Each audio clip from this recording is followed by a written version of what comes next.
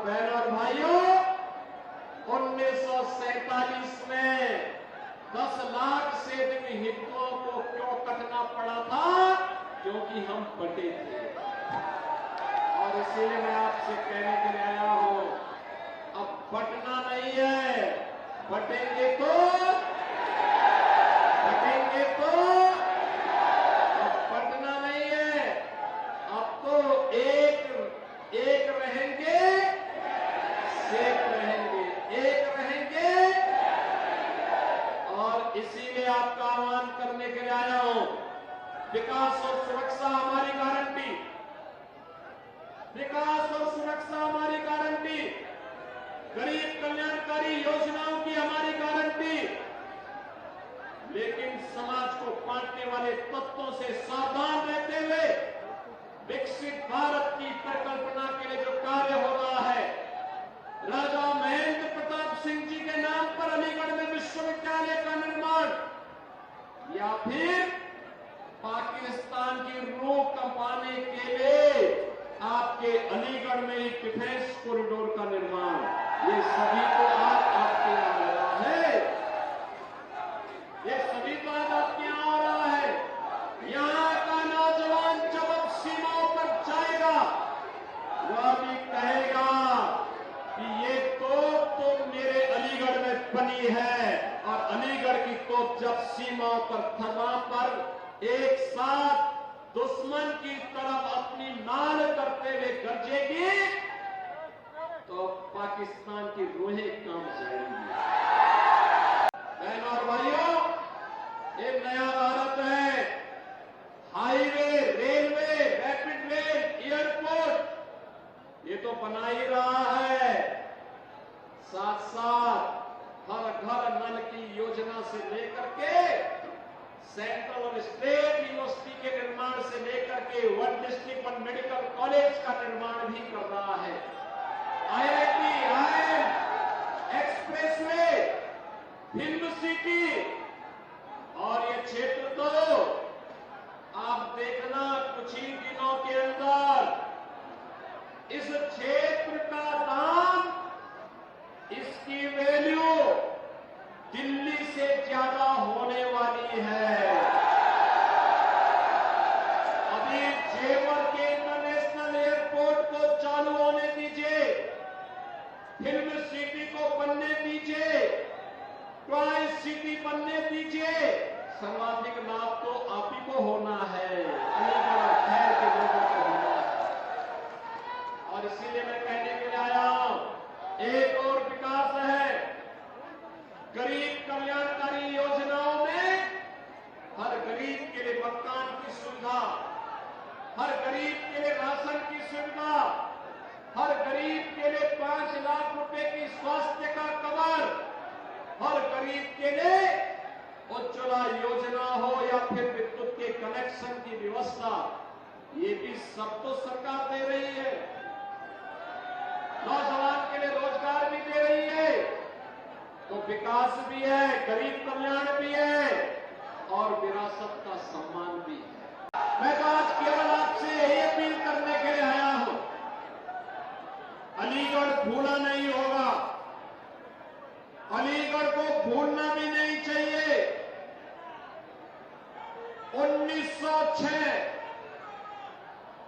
1906 यही अलीगढ़ है जब यहां पर भारत के विभाजन की नींव रखने वाली मुस्लिम लीग की स्थापना इसी अलीगढ़ में हुई थी। अलीगढ़ ने उनकी चलनी नहीं की, लेकिन देश को सांप्रदायिक आधार पर बांटने के उनके मंसूबे सफल हो गए। याद रखना, मुस्लिम लीग की स्थापना कराची में नहीं हुई, इस्लामाबाद में नहीं हुई, ढाका में नहीं हुई, उसकी स्थापना इसी अलीगढ़ में हुई थी। वे खतरनाक मंसूबे अभी भी समाप्त नहीं हुए, और इसीलिए मैं आया हूं। उस समय जो काम समाज को बांटने का, उस समय जो विभाजन की खाई समाज को बांटने का मुस्लिम लीग कर रही थी, वही कार्य तो आज समाजवादी पार्टी आपके बीच में कर रही है, वही काम कर रही है। देश का दुर्भाग्यपूर्ण 1947 में विभाजन हुआ, लाखों निर्दोष नागरिक काटे गए, लेकिन सत्ता में ऐश करने वाले अपनी राष्ट्रीय ठाठ बाढ़ के साथ सत्ता को अपनी पपौती बना करके आज भी जन भावनाओं के साथ खिलवाड़ करने में लगे हैं। बहनों भाइयों, मैं आप सबसे यही कहने के लिए आया हूं, जो काम मुस्लिम लीग ने किया था, वही काम आज समाजवादी पार्टी कर रही है। इसलिए इनके मंसूबों को हमें सफल नहीं होने देना है, कतई सफल नहीं होने देना है। बहनों भाइयों, ये समाजवादी पार्टी राम मंदिर का विरोध करती है, दीपोत्सव का विरोध करती है, देव दीपावली का विरोध करती है, परीक्षाओं की शुचिता का विरोध करती है, विकास के कार्यों का विरोध करती है, गरीब कल्याणकारी योजनाओं को, जो गरीबों को लाभ मिलता है, उसका भी विरोध करती है। यह तो केवल और केवल बांटने की राजनीति पे विश्वास करती है। बहनों और भाइयों, अयोध्या में 500 वर्षों का इंतजार क्यों हमें करना पड़ा था? क्यों करना पड़ा था? क्योंकि हम बटे थे। काशी में क्यों हमें अपमान झेलना पड़ा था? क्योंकि हम बटे थे। मथुरा में क्यों अपमान झेलना पड़ा? क्योंकि हम बटे थे। और जब बटे थे तो कटे थे। बटना नहीं है, एकजुट होना है। याद रखना, भारत की आज की सबसे बड़ी चुनौती है जाति के नाम पर बांटने वाले लोग देश के दुश्मन की तरह काम कर रहे हैं। ये आपको जाति के नाम पर बांटेंगे, तुष्टीकरण की नीति पर चलेंगे। दुर्भाग्य से अगर सत्ता कभी ऐसे लोगों को मिल जाती है तो गरीब हिंदू तक ही लगाई देखते रह जाता है, लेकिन कभी उसको शासन की योजना का लाभ नहीं मिल पाता है। आपने पिछले 10 वर्ष में देश के अंदर 7 साढ़े 7 वर्ष में उत्तर प्रदेश के अंदर देखा होगा, 56 लाख गरीबों का मकान मिला, कोई भेदभाव नहीं। 2.5 करोड़ से अधिक गरीबों के घर में शौचालय बने, कोई भेदभाव नहीं। लगभग 2 करोड़ गरीबों के घर में उज्ज्वला योजना का रसोई गैस का सिलेंडर पहुंचा, कोई भेदभाव नहीं। हमने पहले दिन कहा था, उत्तर प्रदेश के अंदर उत्तर प्रदेश की धरती को दंगा मुक्त बनाएंगे।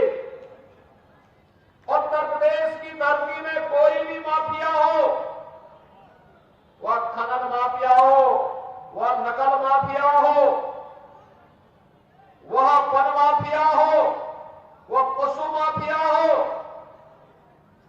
उससे सख्ती से निपटेंगे। और बहनों और भाइयों, आपने देखा होगा समाजवादी पार्टी को इससे पीड़ा होती है। नकल माफिया को भी बचाने के लिए वह कितनी बड़ी चोटी, आज भी आप देख लीजिए जितने बड़े दुर्दांत खतरनाक माफिया हैं, वे सब सपा के गले के हार हैं। उन्हीं से इनकी आजीविका चलती है, उन्हीं के भरोसे ये लोग जीते हैं। और इसीलिए जब युवाओं के लिए सुचितापूर्ण तरीके से परीक्षाएं हो। जब सरकार उन युवाओं के हित के लिए कार्य करते, हमने तो पहले दिन कहा था कि युवाओं के भविष्य के साथ खिलवाड़ करने वाले के भविष्य के साथ फिर हम भी खिलवाड़ करेंगे। हमारे युवाओं के भविष्य के साथ किसी को खिलवाड़ करने की छूट नहीं मिलनी चाहिए। और मैं फिर कहता हूं, नकल माफिया के खिलाफ हम कार्रवाई करेंगे। किसी भी युवा के भविष्य के साथ खिलवाड़ करने की छूट नहीं देंगे किसी को भी। प्रतियोगी परीक्षाएं सुचितापूर्ण तरीके से संपन्न हो, इसके लिए माहौल सरकार भी बनाएगी, संबंधित चयन बोर्ड और आयोग भी उसके लिए पूरी प्रतिबद्धता के साथ कार्य कर रही है। अच्छे नौजवान जब सेवा में आएंगे तो विकास की गति को द्रुत गति से आगे बढ़ाने के साथ ही गरीबों तक शासन की योजना को पहुंचाने में भी अपना योगदान देंगे। आज जो कुछ भी आपको परिवर्तन दिखता है देश में और प्रदेश में, ये प्रधानमंत्री मोदी जी के नेतृत्व में, उनके सुशील मार्गदर्शन में संभव हो पा रहा है।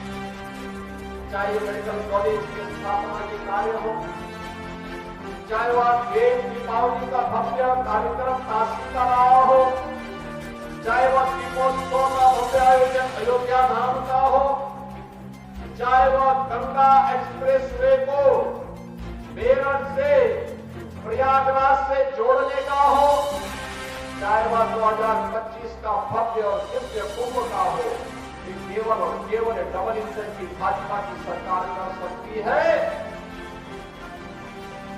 समाजवादी पार्टी का कोसों दूर तक इससे कोई नुकसान नहीं। बहनों भाइयों, इनको विकास से कौन मतलब, इनको युवाओं से कौन मतलब रह गया, इनको किसानों से कौन मतलब रह गया, इनको व्यापारियों से मतलब नहीं, इनको विकास से मतलब नहीं।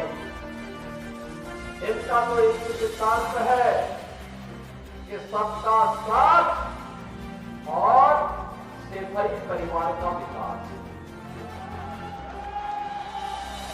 उससे ऊपर सोच भी नहीं सकते,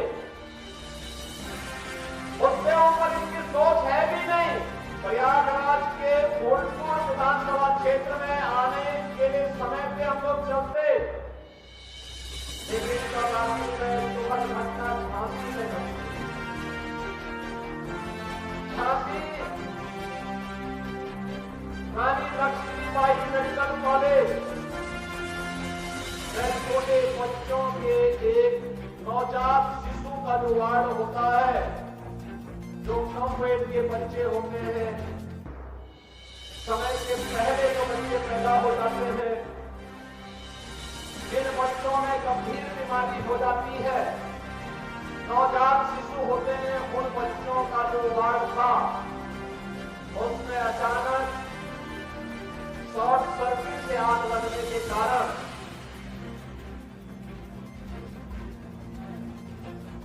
वहां पर एक दर्दनाक घटना घटित हो गई थी।